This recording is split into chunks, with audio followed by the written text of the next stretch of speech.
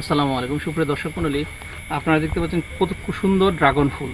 এই ড্রাগন ফুলগুলো রাত্রেই ফুটে, আপনার সকাল হওয়ার সাথে সাথে এগুলো চুপটি মেনে যায়, অর্থাৎ এই রাতের সময় পরাগায়নটা সংঘটিত হয়। আজকে আমি আপনাদের দেখাবো কিভাবে ড্রাগন ফুলের পরাগায়ন করতে হয়। অর্থাৎ এই যে একটা ফুল দেখতেছেন আপনারা, এই যে একটা ফুল দেখতেছেন, কত সুন্দর ফুল। এই একটা ফুলের ভিতরে দুইটা লিঙ্গ, অর্থাৎ এইটা হচ্ছে স্ত্রীলিঙ্গ আর এটা হচ্ছে পুরুষলিঙ্গ।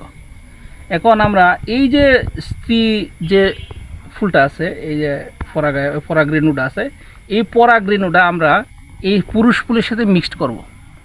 এক্ষেত্রে আমাদের প্রথমে এভাবে জারতে হবে, এভাবে এভাবে জারতে হবে।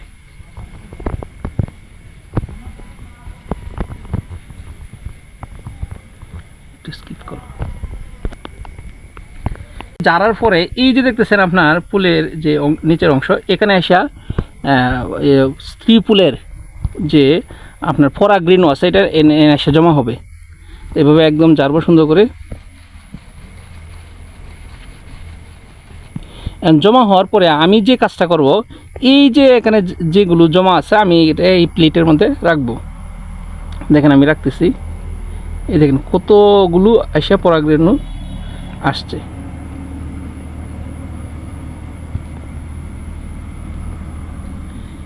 অর্থাৎ আপনি এরকম একটা ছোটো ব্রাশ নেবেন। আমরা জানি নর্মালি এগুলো এরকম ব্রাশ দেওয়া বিভিন্ন চিত্র অঙ্কন করা হয়।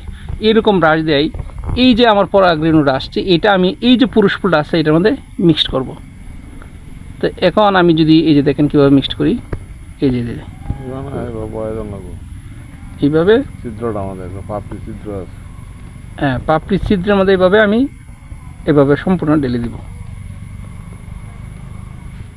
তা আপনারা দেখতে পাচ্ছেন কিভাবে আমরা পরাগায়নটা সংগঠিত করলাম।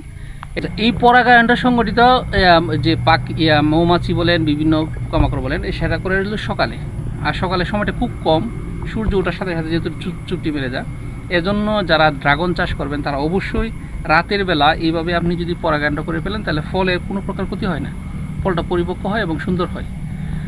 আপনারা যারা পরাগায়ন করবেন, সে আমি যেভাবে দেখাচ্ছি এইভাবে যদি পরাগায়ন করেন, আপনার ইনশাল্লাহ ড্রাগন ফলগুলো খুব ভালো ভালো মানের হবে এবং সুস্বাদু হবে।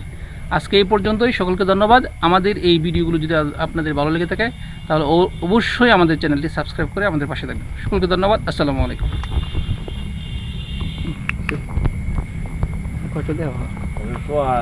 বিকালে ছবিটা তুলতে, এই যে ছবিটা, এই ফুলটাই আজকে ফুটবে।